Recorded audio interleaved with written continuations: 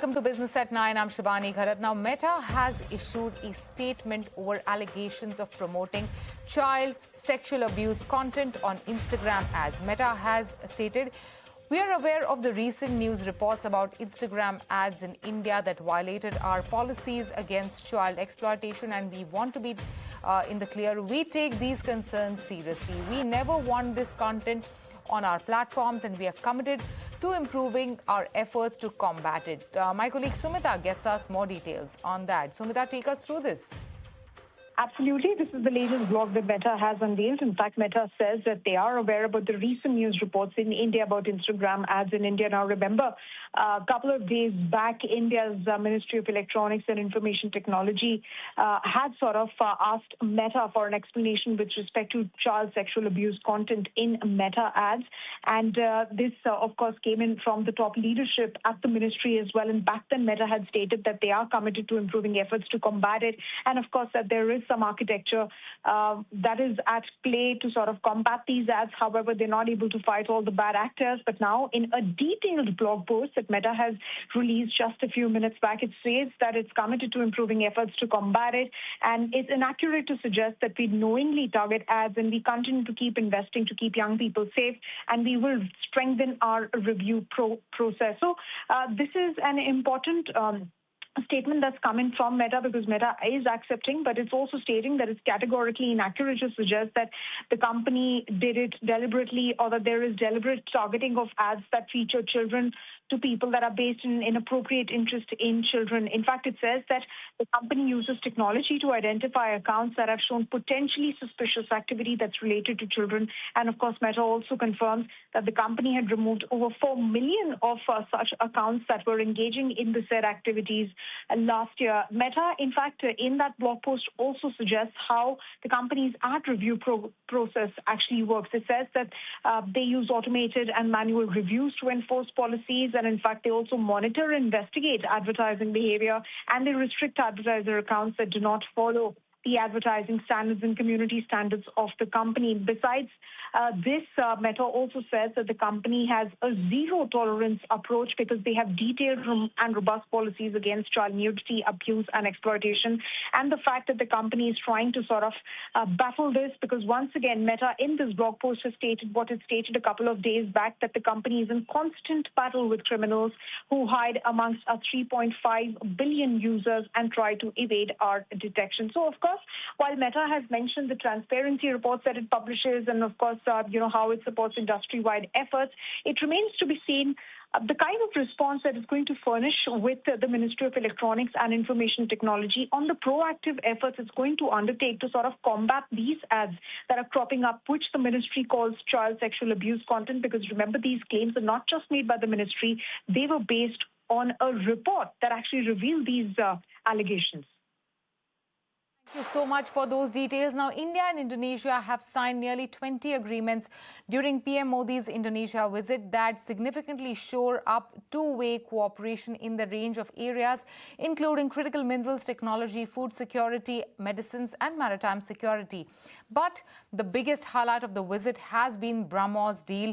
India will supply BrahMos batteries to Indonesia and also export air-to-air Astra missiles. Prime Minister Narendra Modi has also been conferred with Indonesia's highest honor for his role in strengthening the ties between both the countries.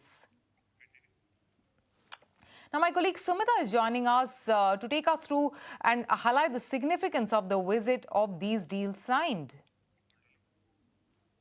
Absolutely. This was part of the Prime Minister's three-nation visit. And of course, you've seen defense supply chains and rare earth cooperation, that really dominated the discussions as far as this particular leg of the Prime Minister's visit is concerned. Because as far as MOUs are concerned, well, there's an MOU signed on BrahMos missile system cooperation, because Indonesia is going to expand its BrahMos missile inventory.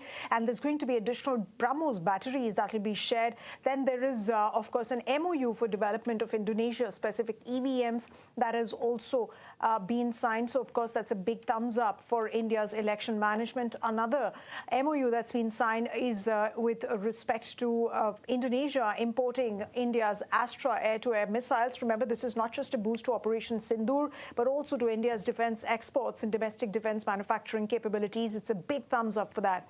Then there's another one in steel that's important because there's a strategic JV that's been signed between the Steel Authority of India and PT Krakatau Steel. And this JV is essentially to establish steel slab manufacturing facility in Indonesia. And then, of course, there is critical minerals that was in focus, and that has also been in focus as far as MOUs are concerned. So there is an MOU on development of rare earth magnets, and this is for the diversification of supply chains. Remember, because that is a critical priority for nations across the globe. In the field of education, well, IIM Bangalore is going to open a campus in Indonesia. That was announced by the Prime Minister. And then, of course, in the space of technology, well, there was a launch of Indonesia Open Network that's based on ONDC architecture. There was an MOU also on maritime safety and security as well. So, of course, after this leg of the Prime Minister's visit, in fact, the final engagement is going to be when the Prime Minister addresses the Indonesian Parliament.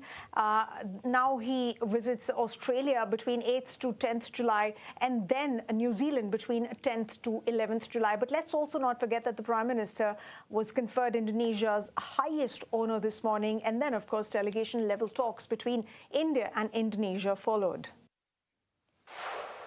Now, addressing the Indian community in Jakarta, PM Modi said the iconic song Kuch Kuch Hota Hai is very popular in Indonesia. And if you have visited Bali and Jakarta, you would know that every other local will sing that song for you the moment you declare that you are from India. Also, the likes of Mohit Raina, who played Mahadev in one of the serials in the country, is recognized as the Shah Rukh Khan, the SRK of Indonesia. So Indonesia and India work together, and it leads not just to Kuch Kuch Hota Hai, but Bahut Kuch Hota Hai is what Prime Minister Modi said during this address. वैसे मैंने देखा कि हाँ, भारत का गाना कुछ कुछ होता है बहुत ही लोकप्रिय है। आज मैंने प्रेसिडेंट प्रबोवो इस पर कहा कि जब भारत और इंडोनेशिया साथ मिलकर चलते हैं तो कुछ कुछ से भी आगे बढ़कर बहुत कुछ होता है।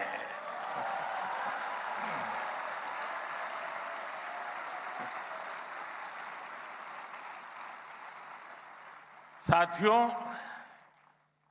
आज सुबह ही मुझे इंडोनेशिया का सर्वोच्च सम्मान प्राप्त करने का भी सौभाग्य मिला। Now, the trade relations between India and United States are back in focus as the U.S. Trade Representative, or USTR, continues public hearings on its proposed trade action against Section 301 of the Trade Act. Sumita reported earlier with more details. Absolutely. These hearings are going to be crucial. In fact, these hearings were slated for today as well. And then for tomorrow, they will go till the 9th. So, of course, these are important for India from the point of view of the fact that the USTR proposed in levying 12.5% of tariffs on India amongst a whole host of other countries. In fact, there was another bracket of tariffs as well, which was 10%, but India was put into the latter bracket of 12.5%. And remember, this is coming in at a time when India and the United States are both negotiating for a trade agreement. And of course, Sergio Gore, the US's ambassador to India, had stated that the deal is almost done and just the 1% part is pending. So, of course, as far as that 1% part is concerned, India has expressed concerns earlier as well that a trade deal has to be holistic. It has to take into consideration all aspects or all concerns of India, and that includes giving preferential trade access, giving a balanced deal, and of course some relief on USTR's Section 301 tariffs as well. So these hearings are going to happen tomorrow, as far as India is concerned, at 10 a.m. ET or 7 p.m. ET. In fact, India's submission on USTR's findings will be given by industry bodies, including CII, including FICCI, and of course, Commerce Ministry officials as well. Now, industry bodies have earlier argued as well that India's industry rather is subject to established labor and compliance frameworks. And of course, this is the stance that India has also maintained earlier on as well when it filed its response to USTR's sort of proposal under Section 301 investigations related to forced labor concerns. So, of course, tomorrow is going to be an important day, an important, outcome in terms of, what kind of relief perhaps could India be given as far as these investigations are concerned. Because remember, these were used by the United States as a tool after the Supreme Court deemed IPO tariffs as illegal earlier this year.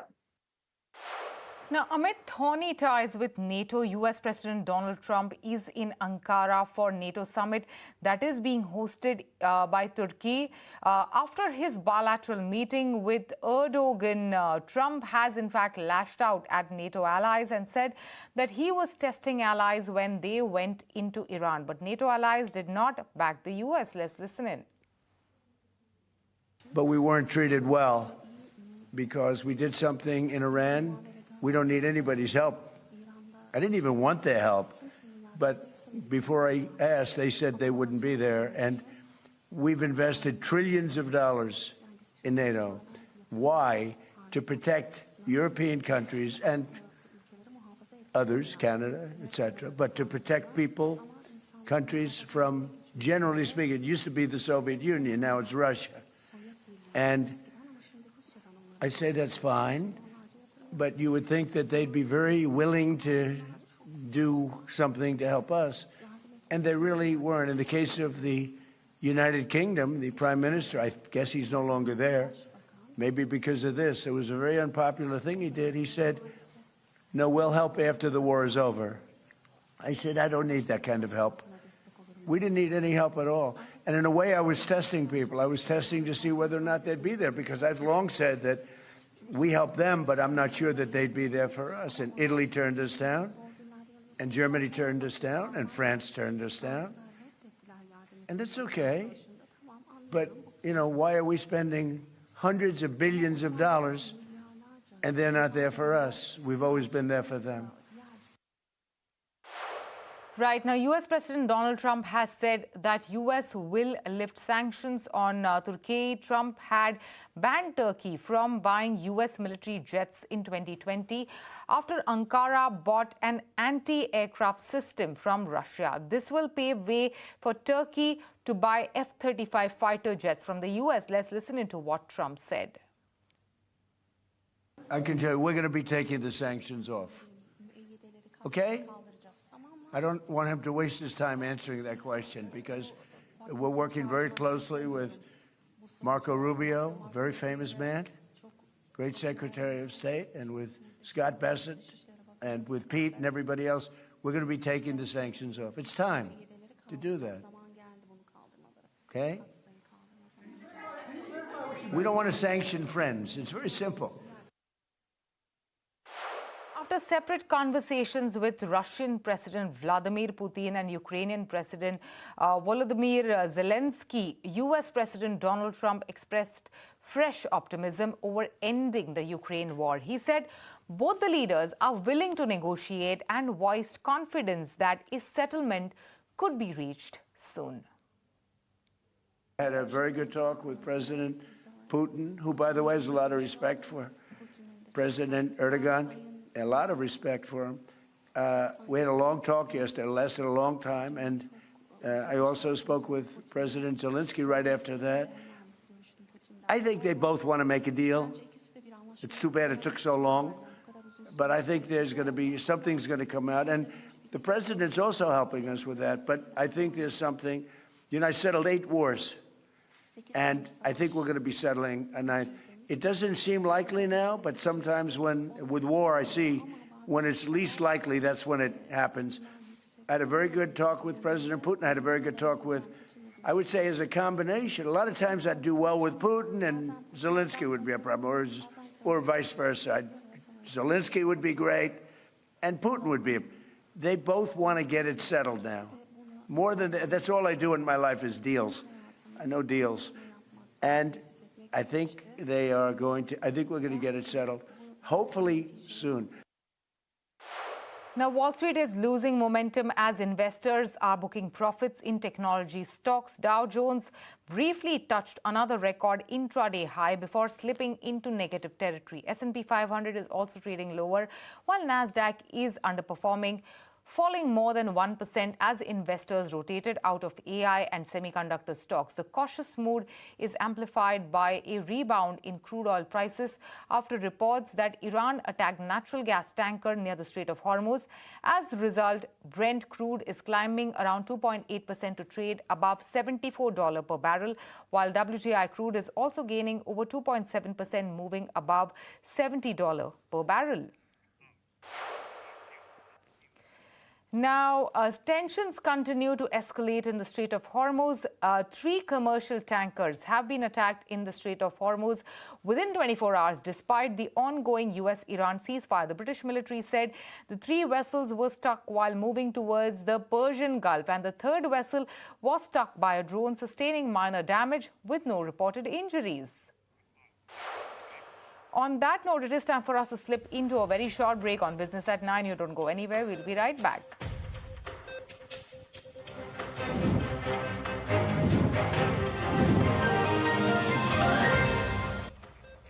Now, Oil Minister Hardeep Singh Puri has announced that the trials of E25 blended petrol are currently underway, dismissing claims of concerns over blended petrol. The minister said the current blends pose no significant issues for vehicle owners or automakers and plan to introduce E85 in the near future. Let's listen in.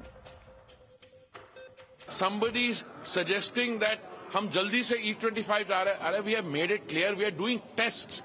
Those tests will take time. Once the reports of those tests are in, we will evaluate those. Then we will talk to the stakeholders. We will talk to the automobile manufacturers, because I neither make the cars nor the fuel. The car manufacturers are comfortable with E20. Each one of them has made a statement. The consumer loves the pet thing.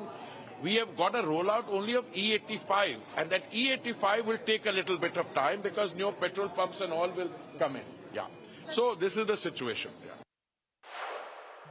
Now, Finance Minister Nirmala Sitharaman says India is building a globally competitive toy manufacturing ecosystem under Prime Minister Narendra Modi's leadership. Government support through quality standards, policy initiatives, skilling, export incentives and trade agreement with Australia and UAE are helping Indian toy makers expand their global footprint. Let's listen in. I would strongly recommend the Member of Parliament from Delhi to make sure that you identify for Delhi a cluster which will come under the Spurti, which is the MSME cluster, to encourage toys making in Delhi. We have also opened new doors abroad under the India-UAE Comprehensive Economic Partnership Agreement, which is the SEPA, which was tied up with United Arab Emirates, and the India-Australia Economic Cooperation Trade Agreement. Indian toys now enter these markets duty-free. So the FTAs have now given you a very good opening. And also our exporters who are going to export to these countries will have the RODTEP scheme extended to them, which is the remission of duties and taxes on exported scheme. So you export something, and if you've paid any duties locally, that will be reimbursed by the government. Now, on to an ET Now exclusive. India's largest asset manager, SBI Funds Management, is entering the final stretch before its much-awaited public listing. Sources tell ET Now that SBI Fund Management is set to conclude its pre-IPO equity sale within the next few days, with the company likely to launch its initial IPO as early as next week. My colleague Anurag Joshi brings us the details. SBI Funds Management is set to close a pre-IPO equity sale within days, sources have told ET Now. SBI Funds is poised to conclude an institutional equity placement ahead of its IPO. The fund house is planning to launch its IPO as early as next week, sources tell us. SBI Funds is a venture between State Bank of India, India's largest lender in terms of assets, and the French asset manager Amundi. And it operates SBI Mutual Fund, which is the country's biggest asset management company. SBI Funds, sources tell us, has tied up commitments with certain global investors for the pre-IPO sale. And the fund house recently completed its roadshow linked to the IPO. In March, SBI Funds had filed its draft red herring prospectus with the Securities and Exchange Board of India and the exchanges. And in terms of the size of the IPO ahead of the launch, that's seen around $1.2 billion. So 10% equity sale is what SBI and Amundi are planning. It'll be an offer for sale. So the valuation is also pegged around $12 billion. Both founders are planning to sell about 204 million shares. SBI Funds Management manages more than 12.5 trillion rupees of assets. And in November last year, both SBI and Amundi had flagged plans to list SBI Funds Management. Now, the Prime Minister holds high-level meetings to review the possible impact of the El Nino on various sectors. Meeting was attended by secretaries of related departments, including Agriculture, Power, Health, Rural Development, Economic Affairs and Consumer Affairs. Officials of IMD presented the overall rainfall situation in June and up to 7th of July, a detailed assessment of the preparatory activities carried out by the ministries in the view of the possible impact of El Nino. Secretary Agriculture made a detailed presentation on the preparedness for the possible impact of El Nino during the Kharif season. Ministries were asked to keep a close watch on the emerging situation. Ministries were also told to work with micro-local level strategy to ensure that agriculture and economic activities are not impacted. Efforts will be made in coordination with state governments to ensure adequate availability of agriculture inputs and essential food commodities. My colleague Prakash is here with more details on this. Well, that's an important development coming in. The Prime Minister office has held a high-level review meeting to review possible impact of El Nino on various sectors. You are aware of the fact that it has become a major concern for the government at this point in time, and therefore efforts have been made to mitigate the impact of El Nino going ahead. And therefore, the review meeting was attended by various secretaries of various departments and strategy. In fact, the PMO has reviewed these strategies which have been prepared by these ministries. In fact, officials of the IMD presented the overall rainfall situation in June and 7 July. A day which carried out by the ministries in view of possible impact of El Nino. Agriculture Secretary has made a detailed presentation on the current situation and the steps they have taken so far. Ministries were asked to keep close watch on the emerging situation. In fact, all possible steps will be taken by the government in coordination with the state government. Ministries were asked to prepare strategy in coordination with the state governments so that the current situation could be addressed. Along with that, ministries were given clear instructions by the Prime Minister office to take all possible steps to mitigate the impact going forward. In fact, all possible steps will be taken. Policy-related decisions could be taken after this review meeting. That's an important development coming in at this point in time. Government seems to be in action when it comes to deal with the impact of El Nino going ahead. Back to you. Prakash, thank you so much for that. With that, it's a wrap on this edition of Business at 9. Goodbye from me, Shabani Gharat, and the entire team of ET Now.